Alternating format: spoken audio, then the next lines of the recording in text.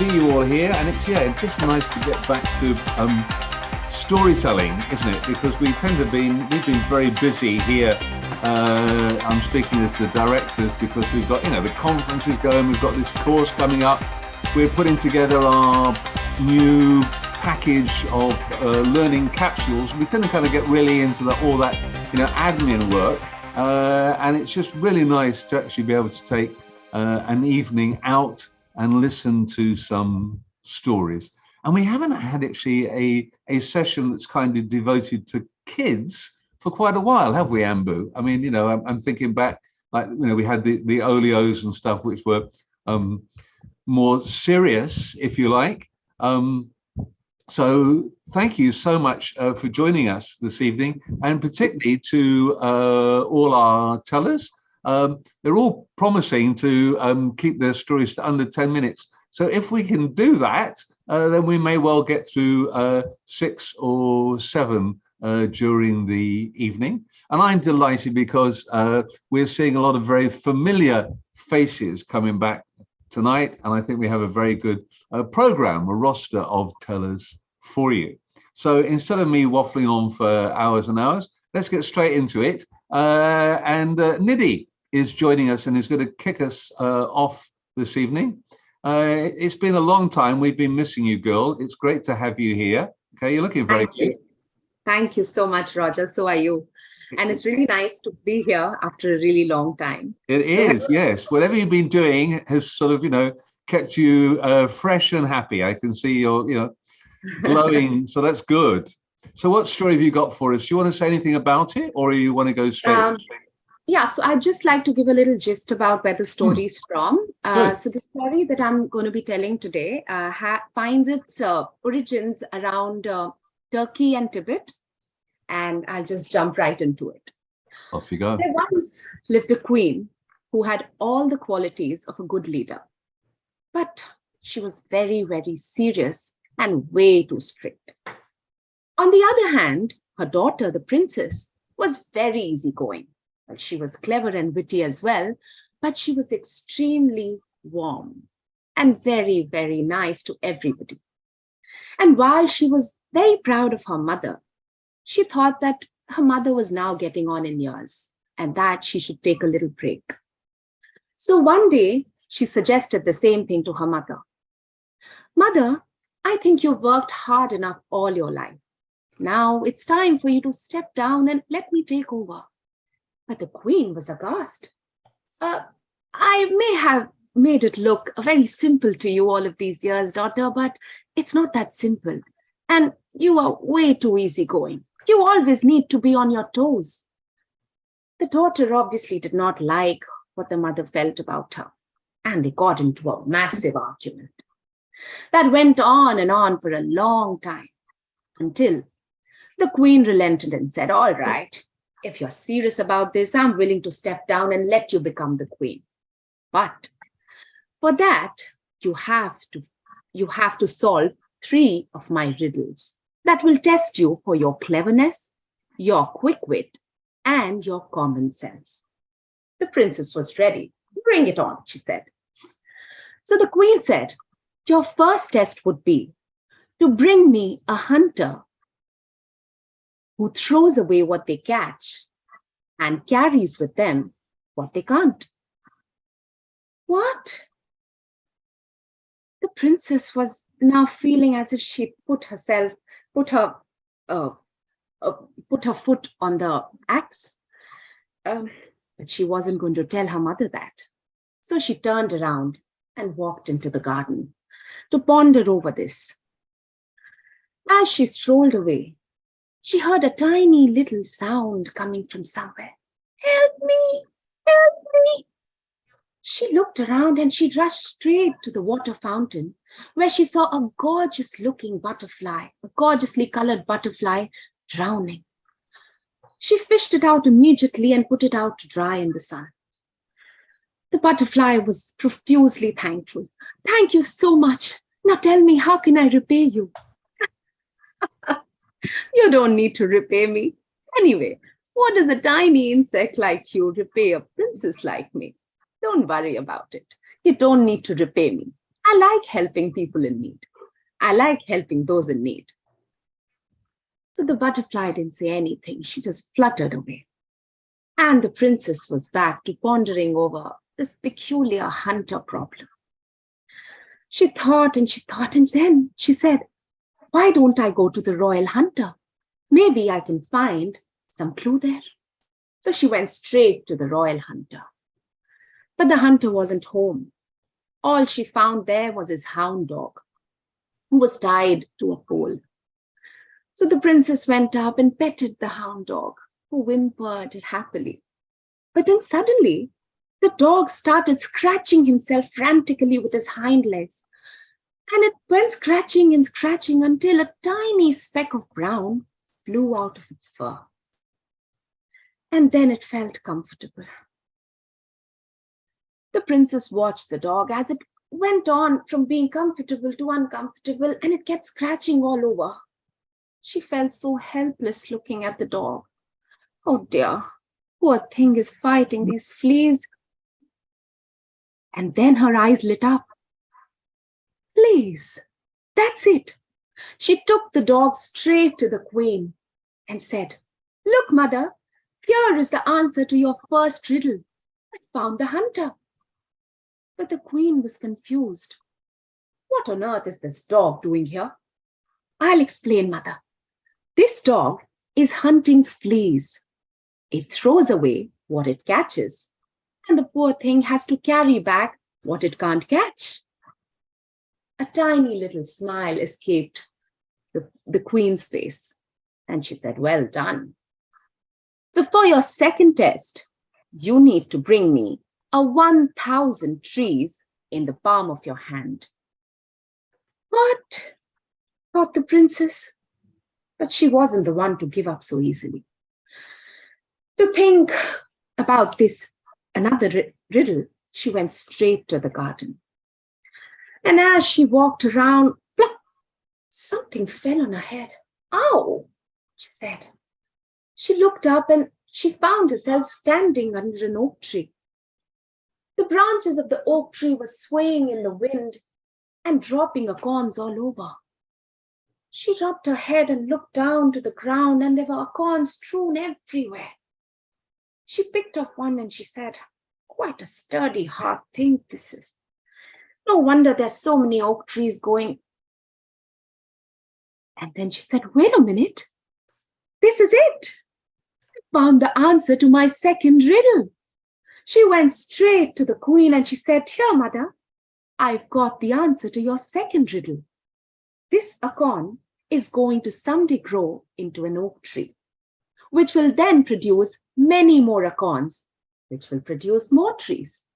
And soon there will be a few thousand trees, if not more. So right here in my palm. The queen said, well done, good job. But tomorrow is your last chance to prove yourself. And mind you, it won't be that simple. You must be in the throne room tomorrow morning for your final riddle. And so the princess, who was feeling very pleased with herself, but she was also very curious about what her mother was planning. She tried to peep into the throne room about what was going on, but she couldn't see a thing. All she saw was big boxes being taken inside the room. But nothing was visible. She tried a lot though. So the next morning, when the doors to the throne room opened up, the princess was amazed to see a beautiful garden growing there, right inside the throne room. There were flowers everywhere, the carnations and petunias and marigolds and roses and orchids. What's going on? The queen walked in and said, don't you like my new garden? Isn't it pretty? Beautiful, fragrant, fresh flowers? Except that they are all fake, artificial, except for one flower. And your task would be, my dear daughter, to find that one flower which is growing from the earth. The princess looked around. She touched the flowers and she felt them. She smelled the flowers. They all smelt like real flowers. How was she ever going to find it? There was soil underneath it. There were leaves. There was grass. It was impossible. But just as she was about to give up, she saw something very familiar fluttering at the windowsill. I'm sure you all know what I'm talking about. Yes, it was the same colorful butterfly that she had saved. The butterfly whizzed around all the flowers in the garden until it settled on one bright red rose in the corner of the room. The princess glowed with excitement as she knew that she had finally cracked her last riddle. And she went on to wear the crown of the queen and ruled for many, many years. And she proved to be a better queen than her mother was. After all, it's always better with friends, right? Thank you. Thank you so much for that story, Nidhi. And I hope everyone was paying attention so that all of you who I would call the daughters of Jiva, when you wish to take over from the queen, you know what you will have to do, and that is to make sure you bring your magic butterfly with you in order that you can answer Jiva's riddles. That's a great story. I loved it. I loved it. Thank you very much, Roger. Nidhi. Very good. Very nice. Yeah. Thanks, Nidhi. Thank you so much. So you're still the queen for now, Jiva. Okay. You need somebody to pull. I know that. Yeah. You better start working on your riddles, I think. Okay. How do you keep a festival running when you have no money? That would be a good one. See what answers they come up with. Yes. Sure. Okay. Let's move on. Parvathy. Yeah, here I am. There you are. Very good. And well, here you were in Singapore, I just discovered, and staying not so far away. And I'm glad that at least we can connect now, even if we didn't while you were here. So it's good to see you. It's good to see you. And what story have you got for us today? This is a story, original story written by Meera Venkateshan. She had heard the story from her father. And I'm going to use some pictures which her daughter Yamini had caricatured, drawn. So with that, I'm going to tell you the story. She had actually written the story in Story Weavers. That there's a site there, that book is there. Okay. So let me share my screen with you. So today you can see 4 people there, right? I'm going to tell you the story of this little boy. His name is Mani. Mani lived with his father, mother, and sister. Mani loved to play all the time. Anytime, every time, he loved to play. Going to school, he would play, he would play, he would play, he would never study. He didn't like studying. He didn't like doing anything. All he wanted was to play. And his parents also didn't say anything. Fine. But then the school doesn't say that, right? They said, Mani, you are not studying. Why don't you find something else which is more interesting and which you like more? Mani said, I like to play. Else I like. And he was feeling very bad because he got a card which said F, he had failed in school. He was so sad. He was walking dejected. Oh, what shall I do? All my friends have passed and I have failed. At that time, he heard somewhere. What did he hear? He heard Varavina Mridupani Vanarugalo Chanurani. He just peeped into that house, singing. Wow, that gave him an idea. He will go and sing. Why? It's easy for me. I can become a good singer. My grandfather was a great singer. My father is a singer. My mother is a dancer and a singer, and my sister is also a singer. So of course, I can also become a singer. And he decided to go to the best teacher in that village. Father was not teaching, it was somebody else. He knocked at the door of that person and he knocked. And he said, "Sir, I would like to learn singing. I'm the son of Mani Shankar." "Oh, the great Mani Shankar, you are the son of him. Come, come, come, I will teach you singing." And Mani sat, and the guru also, the teacher also said, "Okay, let's start." And he said, "There are 7 notes, and let's learn first note." He said, "Sa." "Relax, take a deep breath, and then sing," said the teacher. Sa. No. Listen.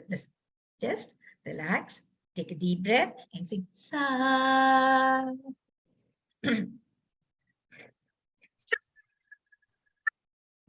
Okay. There are 7 more notes. What you do is you go home and practice the other notes and come. Bunny was very happy. He said, yes, I will come tomorrow. No, you take your time. Come after a month to learn the rest. I said, fine. Bunny went. And next day morning, he woke up and he decided he would sing the second note. And where do you think he sat? He sat in the hall where his father was reading the newspaper. And he said, "Father, I've decided to learn singing." Father was happy. He was always worried. The son was not doing anything. No, sing nothing. Okay, sing. Started. Father said, "What? I sang the second note, Father." "Okay, do one thing. Why don't you go to your mother? Mother is in the kitchen cooking. Why don't you go and practice there?" So he immediately went there and he sat down and he said, "God!" All, everything, some sound came. Her mother had been holding some vessels and all of that fell down. Hearing what did you do? She asked, Money, what did you? "Ma, I'm learning singing. I was singing. Oh, good. You're learning singing. Good. Why don't you go to your sister? She's practicing her dance. Why don't you go and sing there? We go there." So, okay, fine. He went to his sister's. Her sister was practicing takadimi, takadimi, takadimi, takadimi. And Mani sat there and he said, "Mom." Takadimi. What was that sound? Where was that sound coming from? "Mani, what are you doing there? What was that sound coming from your mom?" "Sister, I was singing, Ma." No. Do go outside near a cow. She loves to hear music. Go and sing there. Mani got up and went and sat near the cow. And he decided, now nobody can say anything. I'm going to sing. And he started, sa, ri, ga, ma, pa. The cow just lifted its leg and patak, one hit on Mani, and Mani literally flew up and he was now sitting on the tree. Up there on the tree he was sitting. And he said, okay, I'll sit here and sing. And as he started singing, sa, ri, ga, ma, out came a ghost. Who is that making that funny noises? I'm singing. But now Mani was a bit scared. Don't you dare open your mouth again. Oh, I will sing. I have to be in this tree. No, I'm going to sing. Okay. Please don't sing here. Please don't sing here. come with, I'll tell you, go to the next kingdom there. The kingdom, the king has got a daughter just like you, your age. I'll do something. At that time, you sing. You get a lot of gifts. And the money went to that palace where the girl was playing. Our ghost went into the mind of this girl and started creating so much of problem. The girl started screaming and screaming and doing all sorts of things. And the king was very worried. He was saying, what's happening? Why? I will give anything to anybody who can cure my daughter. That is the time our little money came there. He knew the ghost was inside. And if he sang, the ghost would run away. So he started, Satiga, and out. The ghost came out and flew. And princess became all right. The king was so happy. He said, now, money, you and my princess are going to be best friends here. You play here, you be here. And as days went by, he grew, and then both of them got married. Money became the king of that kingdom. He could never sing, but he was a very fine king. That is a story of money. Lovely. Thank you, Parvathy. Thank you. The King Who Can't Sing. I love it. Yes.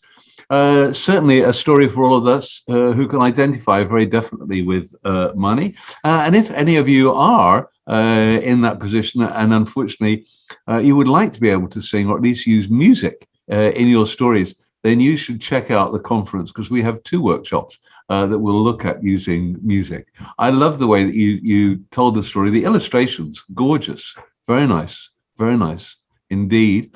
And how funny that we should have a story about a queen who had to give up and use riddles. And in the second story, we have a boy who becomes a king through, singing, sort of. Thank you very much, Parvathy. Very nice. Shilpa. Well, hi, and it's good to have you back with us. Yeah, hello. Thank you, Roger. Very good. So this time you've got a story for children for us. What is it about this story that you like? What drew you to this story? Well, okay. So after the king and the queen, let's move on to an old man and a young man. So this is a folktale from Taiwan. So here I go. Long time ago, in a village near a mountain in Taiwan, came an old man carrying a basket on his shoulders. He was very old. His hair was white as snow, just like his beard. His clothes were worn out and tattered, just like his basket. He came to the market square, sat there under a tree, and just called out, 1 dumpling for 1 cent, 2 dumplings for 2 cents, and 3 dumplings for free. Yes, you heard it right. 3 dumplings for free. And the villagers who were just passing by just stopped when they heard about this offer. One of them thought, is it some sort of a trick? They were just wondering. And in the meantime, the big head Wong, he just couldn't resist the aroma that wafted in the market square. He went to the old man and asked for 1 dumpling. He had it, and the moment he put it in his mouth, it just melted. It's delicious. He asked for one more. And after having the second one, he was full. But then he remembered the offer. 3 for free. So he asked for one more so that he doesn't have to pay. He had one more, although he was full. After gobbling 3 dumplings and paying nothing, he walked away happily. And when the villagers noticed that this was not a trick, people gathered around that old man, and soon his basket was empty.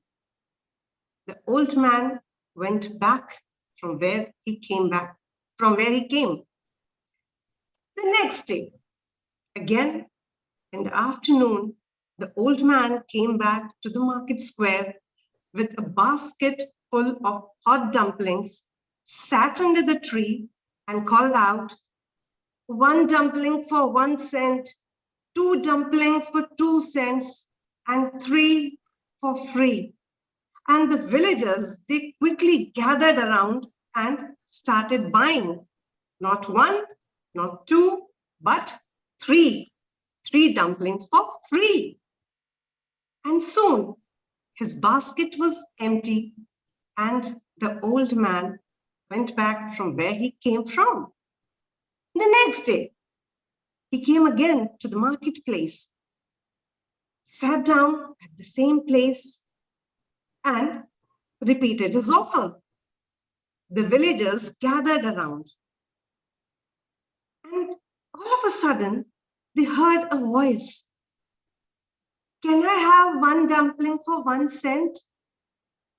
And everyone was surprised to see that an old man was coming from there and he offered 1 cent to that old man and said, I would like to have 1 dumpling. The old man said, but I think you don't know about the offer. You can have 3 dumplings for free. Yes, I know. And then he turned to the villagers and said, for the past 2 days, this old man has been coming here selling hot dumplings and you all are buying it for free. And I can see that this old man has not made any money. So I want to help you, sir. And this is all the money I have. So I would like to have only 1 dumpling. On hearing this, the old man, he just hugged the young man and said, oh, I have found you. Finally, I have found you. Everyone was surprised to hear this. The old man then turned to the villagers and said, I am the mountain god, and I am looking for a kind-hearted soul to whom I can teach all my knowledge and wisdom and magic. And this was a test which I had done to find out a disciple.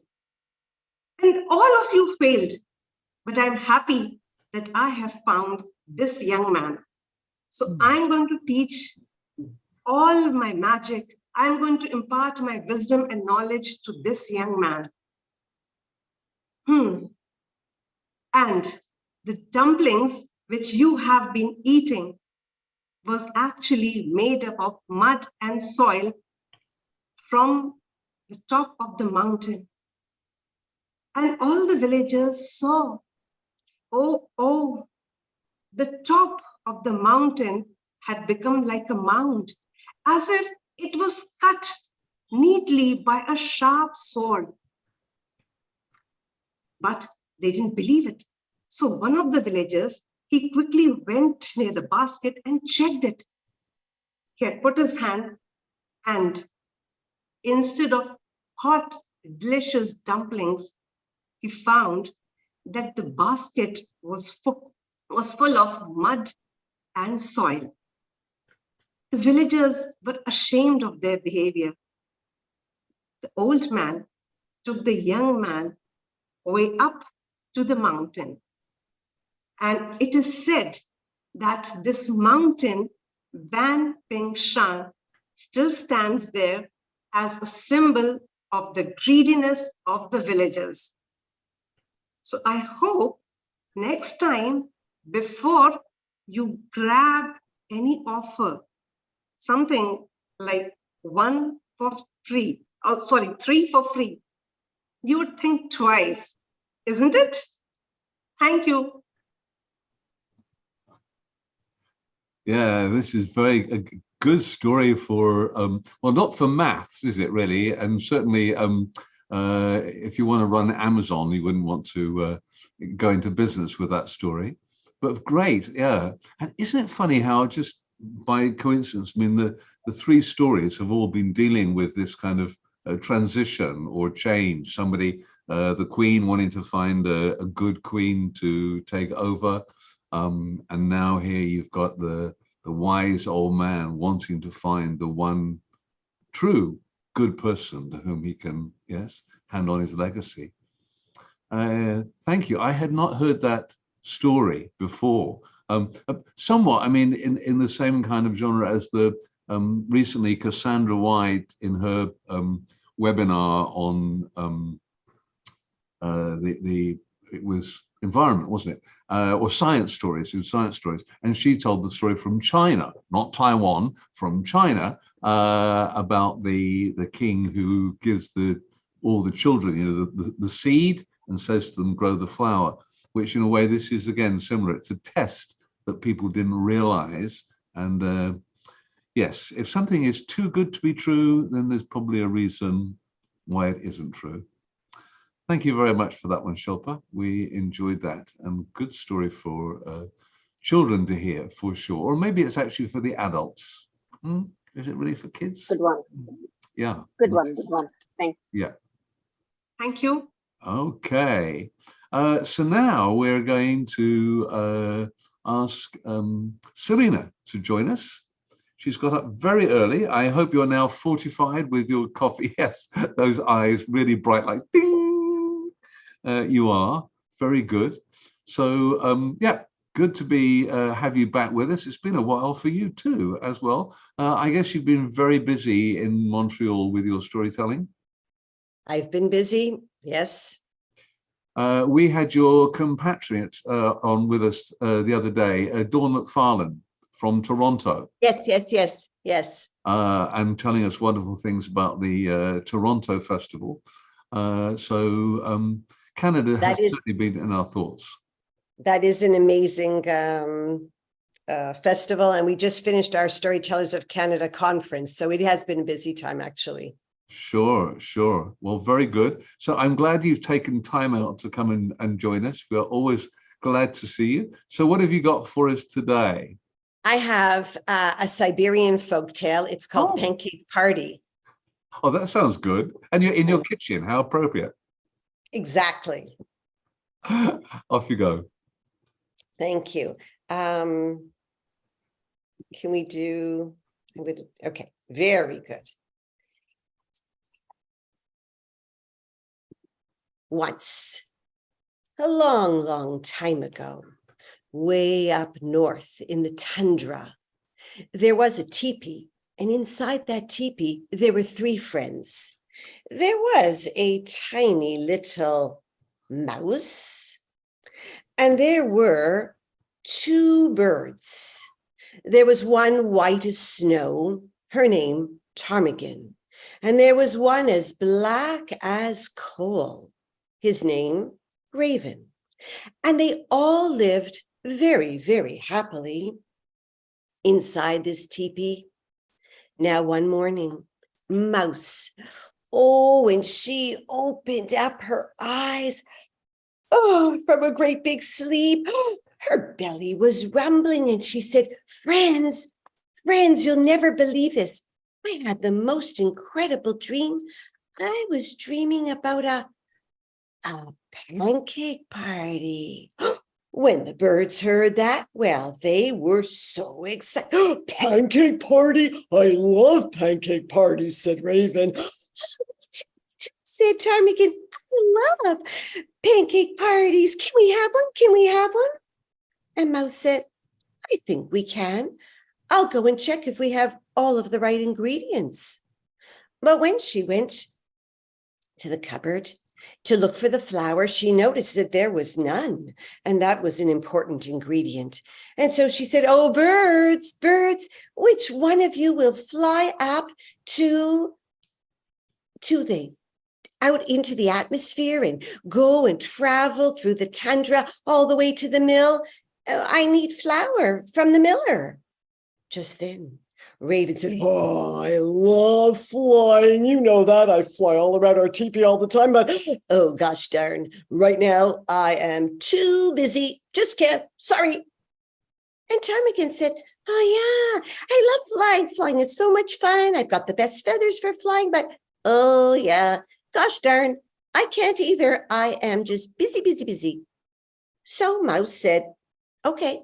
She put on her bonnet, she took her purse, she had her wagon, and out of the teepee she went all the way to the mill.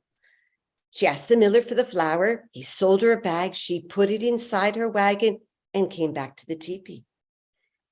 "Oh, friends, I'm back with the flour, and now we have to mix all the ingredients. Which one of you wants to measure out the flour? Which one of you wants to crack eggs? And I could pour the flour. I could, or maybe I want to pour the water. What do you want to do?" Raven said, "Oh, cracking eggs is my specialty. I've got the best beak for that. That's what I want to do. But you know what? Oh, something just came up in my nest and I couldn't possibly do it right now. I'll do it later, though, I promise." And Ptarmigan said, "Oh, you got the flour. Oh, I love pouring flour and measuring. And you know why I like flour? Because it's white and my feathers are white. But you know what? Oh, I have something stuck in my wing right now. And oh no, can't. Sorry." So what was Mouse to do? She measured that flour.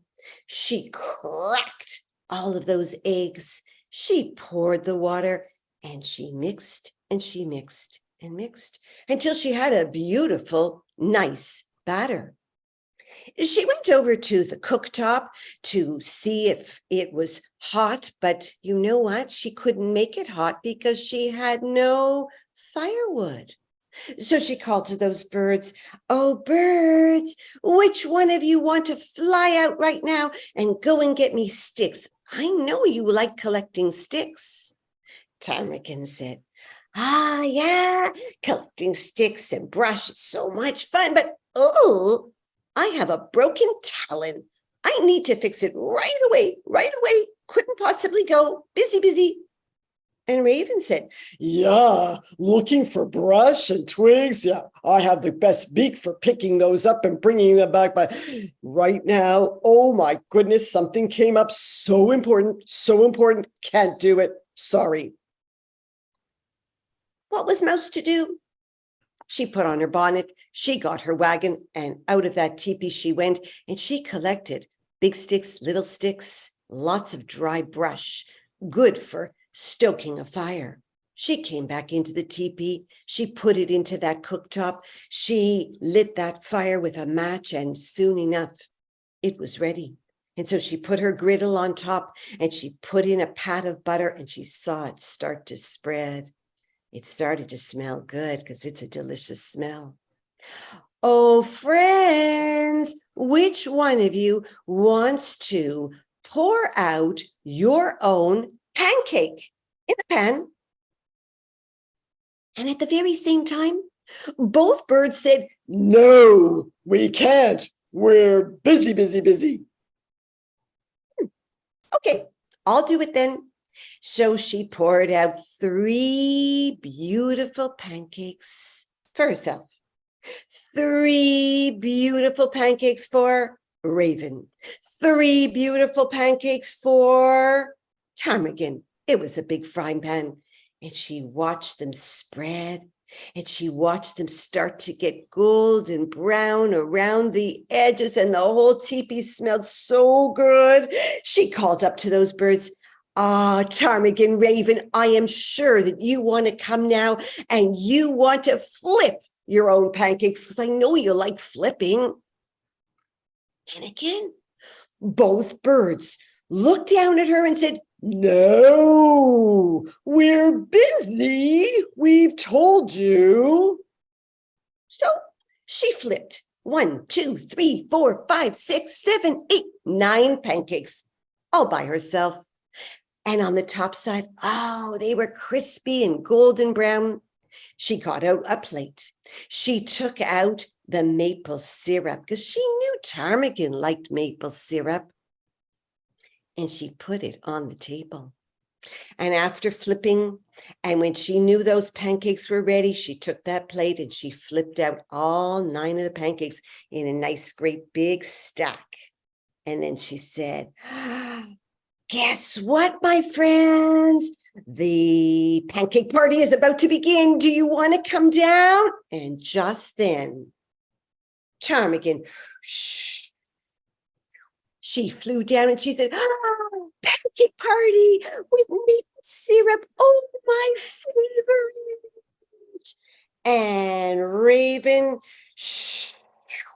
from his nest, flew down immediately and he said, my belly is so hungry and these pancakes smell so delicious. Oh my gosh, I can't wait for us to begin.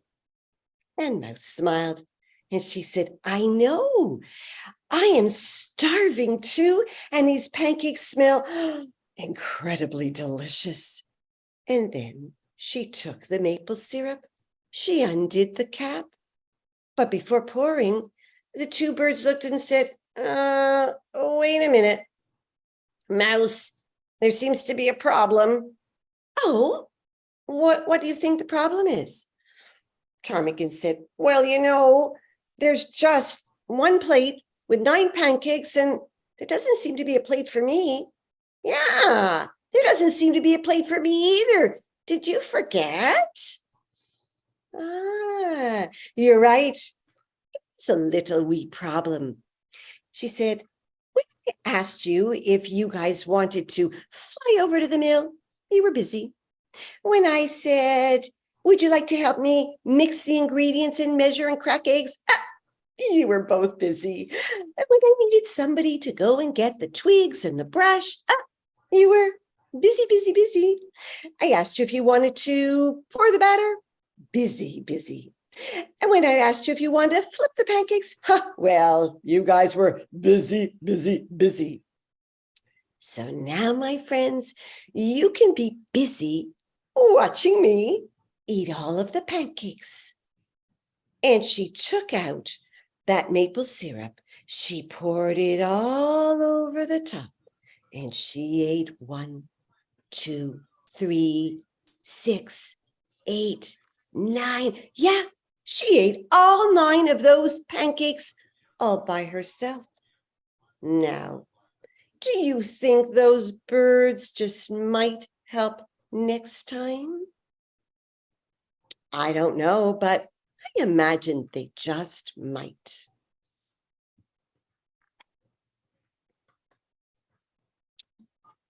Ah, lovely, lovely, lovely. What a great story to tell. How appropriate. We know what you're going to have for breakfast. If the birds make it. Oh, why share? Why share? Great. What a wonderful variation on the little red hen. I loved it. Very nice. Very nice. And My pleasure. The way that you, I just love the way that you used your puppets, and that they just kind of suddenly popped into the picture and then kind of went out, you know. Very, very nice. Such a simple way of telling the story, and yet totally captivating. As somebody said, they're very glad that they didn't offer to tell, because the standard has been so high in this session. Thank you so much for building on what everybody has been telling this evening. Fantastic. Loved it. Thanks, Selina. So Pleasure. there we go, Lalitha. We have 2 Lalithas with us today, and we're going now to Lalitha Talik, who's going to join us to tell a story. Hello, everybody. Hi, Roger. Hi. Glad you could be with us. Yes, beautiful puppet, says Mangalam, and she ought to know because she's one of our puppet ladies. So listen, it's great to have you with us here, Lalitha. Okay, tell us what's the story that you've got for us today? Right. Today, I've also got a story from the Story Weaver platform. Okay. And it is a very lovely story. It touched my heart. It is written by Sridevi Srinivasan. And I really hope it touches your hearts too. So here I go right into the story. Hoot, hoot, hoot. The googlies hoot. The googlies hoot. Surround the woods. Hoot, hoot, hoot. On the edge of the rainforest, in the cavity of the kapok tree, Mr. and Mrs. Googly, the owl couple, were delighted. And why not? Mrs. Googly had laid not one, not two, but 8 tiny eggs. Oh my, the new-to-be parents were super excited. They'd already started making plans for their little ones. Our little ones should have all the owly skills. They should fly into the forest. They should be independent and whatnot. They were so eager for the eggs to hatch. But you see, they had to wait for 32 days. And after 32 days, Mr. and Mrs. Googly saw each one of the tiny eggs crack, crack, crack, crack, hatching open, and came out tiny, tiny, tiny owlets. Oh, so cute. They were so delighted. And these owlets, they were slowly unfurling their feathers. They opened their tiny eyes and stretched their puny bodies. And they went hoot, hoot, hoot, hoot, hoot, hoot. Mr. and Mrs. Googly were now Papa and Mama Owl. And they started singing in joy. Hoot, hoot, hoot, googlies hoot, googlies hoot, surround the woods. Hoot, hoot, hoot. And the tiny owlets went hoot, hoot, hoot, hoot, and gathered around Mama Owl. They were, of course, hungry. They opened their beaks. And Mama Owl had collected fresh worms, and plop, she dropped them, one on inside each one's mouth. They really enjoyed. Now, as night came, Papa Googly, he gathered all his little owlets and gave them a lecture. He said, "My dear little ones, this is the time, the night time, for you to go out into the forest and learn all your owly skills. Learn to fly high up in the sky. And look out for insects because insects are crunchy and munchy. And I really hope you find a few rats because rats are really yummy and they can fill your tummy. And the best thing would be if you could grab a fish from the pond, and that would be a delicacy for you." All the owlets listened to their Papa intently. Then Papa Owl said, on the full moon night, there's going to be a talent show. So start tonight, my dear little ones, and let us meet again on the full moon night to see how you'll have learned all your owly skills. All the little owlets were super excited. Of course, they wanted to show off to their Mama Owl and Papa Owl all their skills. They wanted to learn everything what Papa had told them. And they all flew into the forest, except for one tiny owlet. He was Oogly. Oogly was scared. He came out of the cavity and there was a fallen tree. He sat on the stump of the tree and he looked at the dark and he was terrified. An owl being scared of the dark? But yes, Oogly was really scared. He heard all the crickets going kee, kee, kee, kee, and he was terrified of the noise of the jungle forest. And he just didn't want to fly like his brothers and sisters. He was simply too scared. The whole night, Oogly spent on the stump of the tree and he just ate some stale worms nearby. The next morning, all the owlets came to Mama Owl and said, "Mama, Mama, Mama, we had a great time in the forest." And one owlet said, "Mama, Mama, Mama, I flew high up into the sky." Another owlet came and said, "Mama, I had the crunchiest of insects yesterday. they were so tasty. And another owlet, and so on. Mama heard each one of her little one. But yes, she also noticed that Oogly was very quiet, sitting behind. She knew Oogly hadn't gone out that night. But she was a very sweet mama. She didn't go and scold Oogly and said, "Hey, Oogly, why don't you go and do all your owly things in the night?" She just stayed patiently because she knew that nature would take care of Oogly, and Oogly would take his own time to learn what he has to learn. Days passed by. Every night, it was the same routine. Oogly's brothers and sisters flew into the forest and they did all their owly things. And what did Oogly do? He sat on the stump of the tree, the fallen tree. He was so scared and he was bored, lonely, and terrified. One night, Oogly himself was so bored of his routine. He said, "I want to go into the forest. I want to do all the owly things like my brothers and sisters. Why am I not able to do? Am I not as good as them?" And just then, Oogly looked up into the sky. You know what? Whenever Oogly felt low, he always loved looking up at the stars because that just gave him joy and hope. But on that night, unfortunately, when he looked up, it was a cloudy sky. Oogly was really, really sad because he could not see any stars. He started praying hard. He said, "Oh, my stars, please come." And the wind blew. And in that wind, through the branches of the tree came a bright, twinkling creature. Oogly spread out his wings, thinking it was a star. And he said, "Star." But he heard a voice. "Oh, no, no, no, no, no. I'm not a star. I'm a firefly." Oogly was really surprised. He had never seen a firefly, a tiny creature twinkling like a star with all lights. And then the firefly said, "Oh, Oogly, I'm Flashy. You are an owlet right here. Why are you sitting here, Oogly?"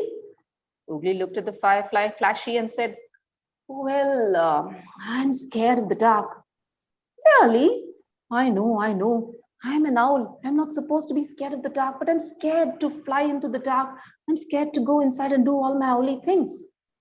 Flashy smiled at Oogly and said, "Oh, come on. You know what? When I fly, there'll be light around. You can fly with me. I'll guide you into the forest, and both of us will go flying." Oogly smiled for the very first time after so many days. Finally, he thought the stars themselves had sent Flashy for him. And that's it. Oogly and Flashy went flying into the forest. And with Flashy beside him, Oogly got a new courage. He flew high. He even picked up insects. And in the days that went by, Oogly learned all his owly skills. He learned how to grab a rat. He learned how to pick a fish from the pond. And of course, Flashy and Oogly were the best of friends, sharing stories, just like how we are sharing stories. They used to share stories throughout the night. And yes, finally, the full moon night had come, the day of the talent show, right? And on that night, all the 8 outlets gathered around their papa and mama. They were all super excited and ready for the talent show. One by one, each of Oogly's brothers and sisters displayed all their owly skills. Oh, they flew and they caught insects and they showed whatnot. Oogly's mama had eyes for all of them, but yes, she also looked out for Oogly. She had a small thought in her mind. I'm sure Oogly would have learned by now because I can trust nature and I know everything needs a right time and a right place. Of course, when it was Oogly's turn, Oogly was a bit nervous. But yes, he looked up and whom did he see? His friend Flashy. And yes, Oogly just soared up into the sky. He took a bow as though he's thanking the stars. He swished this way and that way through the clouds. And with a lovely, he came down and picked up a mouse. All his brothers and sisters were shocked to see Oogly diving so well and doing all the owly skills remarkably well. Mama Owl was really, really happy for the little Oogly. Everybody danced around Oogly and they all sang. Why don't you all sing with me? hoot, hoot, hoot. Googlies hoot, googlies hoot. Surround the woods, hoot, hoot, hoot. Yes, the time had come for the owlets to go out onto their own and build their own nests. But yes, Oogly remained back in the same kapok tree, in the cavity of the kapok tree, because he wanted to stay close with his friend Flashy and his family. Thank you. What a great story for kids. Yeah, and the whole idea of being afraid of the dark and the importance of having a friend. Yeah, I think that would go very well with young children. And if you know, do you know the book, what is it, Owl Babies? It's a beautiful illustrated children's book for very young children. And it's a huge, huge hit. A lot of schools use it. So I think that would be a very good companion story indeed. And how nice we had yet again another story with music. And I have to say, your voice is a lot more pleasant than that awful boy. Was it Marnie? A delightful song. Oh my goodness me. Yeah, very nice, very nice. Lovely, And I could lovely. just, Thanks, yeah, Lalitha. Thank you so much. lovely, Thank you. lovely. Well, tempted as I am to tell stories all night, as the owls were doing, we did have a couple of other people on standby, but I think we've been doing very well. And I'm just going to have our final story for this evening comes from Pretigaya, who I got to know rather well over the past year or so, because she's been a very active member of Plot Luck, which will be starting a second season at the end of this month. We'll tell you about that in a moment. So Pretigaya, this will be a change for you, because you're not making up a story, are you? I mean, I would say make up a story about, you know, cabbages and a platypus and a rainbow, and you just go off and make it up, right? But this is a story that you know. Yes, it's a break from our improv. So this is a story that I know. I've read. It's a Margaret Reed MacDonald story. Okay. It's called Mabella the Clever. I'm sure some of you know it already, but it's a fun story. Before I start, a very special hi to Anusha, Anvita, Prahlad, and there's one more child, Kavita. Thanks for coming over, kids. This story is specially for the four of you. So I usually like to start this way. So long ago, very long ago, no one really knows how long ago, there were some clever people, or clever ones, and some not so clever ones. The cat, meow, was surely a clever one. But the mice, you know what I mean. But then, in a big group of mice was one little baby mice called Mabella. Mabella was rather clever. And you know why? Because she was taught to be clever. And who taught her? Wasn't it Father's Day a few days ago? So of course it was her father. Her father who taught her. There were very four simple things that her father had taught. The first thing he said is, Mabella, when you're out and about, listen carefully. Mabella nodded her head. The second thing he said is, Mabella, when you're out and about, look carefully. Again, she nodded her head. Mabella, when you speak, listen to what you say. She nodded her head. And the fourth thing he said is, Mabella, if you need to move, zoop, move really fast. She nodded her head really fast. And those were the four intelligent things that her father had taught her. One day, a cat walked up to this compound of the mice, and it said, hello, dear mice. It's good to see all of you. I have come to invite you. The mice were not too sure. A cat to invite us? But yes, they wanted to listen to it more. And the cat continued, yes, I have come to invite you to be a part of the secret cat committee. Secret committee? The mice were all excited. Wow, we will get to know the secret of the cats. We can be part of their club, or we can be one among them. This is exciting. Oh, yes, yes, we want to be a part of it. Please tell us how. They were all excited and jumping around. And the cat said, wait, my darlings. I know you're excited, but you'll have to wait for the weekend to come to an end. Monday morning, come to my house and I will teach you all that you need to know before you can join our club. Oh, the mice were too excited. They couldn't wait for the weekend to come to an end. For the first time, Monday did not come with any blues. Mondays were exciting. They couldn't wait for Monday morning, and even before the sun was out, all the mice scurried on to the cat's house. And they said, good morning, cat. Are you there? Tell us, you need to teach us things, right? The cat looked all of them and said, oh, you're all here. How delightful. Okay, I'm going to teach you something. And once you learn that, you can be part of a secret cat club. Are you all ready? Yes, we are. Please go on. All that you need to do is form a straight line.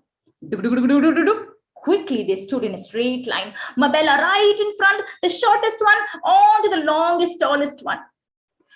Now, you need to learn this song. When we are marching, we don't look back. Can I hear the kids say that? When we are marching, we don't look back. The cats at the end, four fang. The cats at the end, four fang. Now the mice practiced this a couple of times, and once they were perfect at the singing, the cat said, okay, Mabella, you go right in front, lead us. Oh, Mabella was excited, the youngest one, getting to lead everybody. Isn't that great? She said, yes, of course, I will lead all of you. But where am I leading you? Into the forest, said the cat. So yes, she started marching towards the forest with all the mice right behind her in a straight line. And at the end was the cat. And they all started singing loudly with all the energy, with all the excitement as they walked into the forest. When we are marching, we don't look back. The cats at the end, four fang. When we are marching, we don't look back. The cats at the end, four fang. As they walked on, after a little while, Mabella remembered something. Aha! What did Dad tell me? Mabella, when you're out and about, what is the first thing you should? Listen carefully. So for once, she kept quiet. She did not sing, No, she just listened carefully. That sounds like there are lesser number of mice than what we had started off with. That's strange, she thought. And once again, she tried to remember what was the second thing Dad said. When we are out and about, we need to look carefully. So very slowly, a little bit she turned towards her right, and then a little bit towards her left. And what did she see? There were actually lesser number of mice behind her, and the cat was much, much closer. Oh, every time they sang, when we are marching, we don't look back. The cat's at the end, four fang. The cat was actually four-fanging or catching the last mice and putting it in her bag. And then Mabella remembered. What is the third thing Dad told me? Yes, when you speak, listen to what you're saying, pay attention. When we are marching, we don't look back. Not a very good thing. The cat's at the end. If the cat's at the end, who's watching the cat? That's not a very good situation for a mouse. And then she remembered the last thing. Mabella, when you need to run, zoop, run really fast. And that's exactly what she did. One last time she sang, when we are marching, we don't look back. The cat's at the end for zoop. And she jumped into a bushy full of thorny bush. And as soon as she jumped inside, she managed to run away from it. But the cat was stuck in it.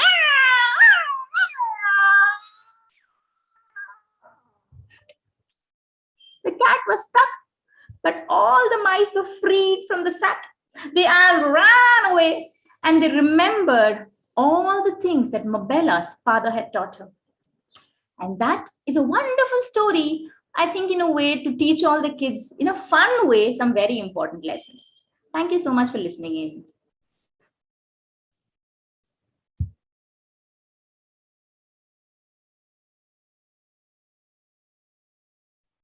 Yeah, what a fun story, as you say, and I'm so glad. Yes, we had that one at the back, even though Mabella was at the front. It was a great way to end the stories, but not to end the session, because I have something I want to say to you all. And of course, I want you all, I hope you were paying attention to that story, because what was it that Mabella's father said? Rule number one, are you all good cats? Show me, what is it you have to do? Can you put your hand where you need? Thank you very much, this young man here, Prahalad. Yes, you win the prize because you have to listen carefully. So my story is not about Mabella, it's about a teller, the clever. And how would I know that a teller was clever? Well, the first thing, of course, would be that you would renew your feast membership if you haven't done that, because it expires at the end of the month. Jiva, is there anything else I need to mention? Okay, No, apart from all the good. fact that this weekend happens to be a rather special celebration for a very special person, apparently. Okay, sorry I can't be there, but I'm sure you'll have a great time. Just remember me for your 50th, okay? Gosh, yeah, okay, absolutely, very good.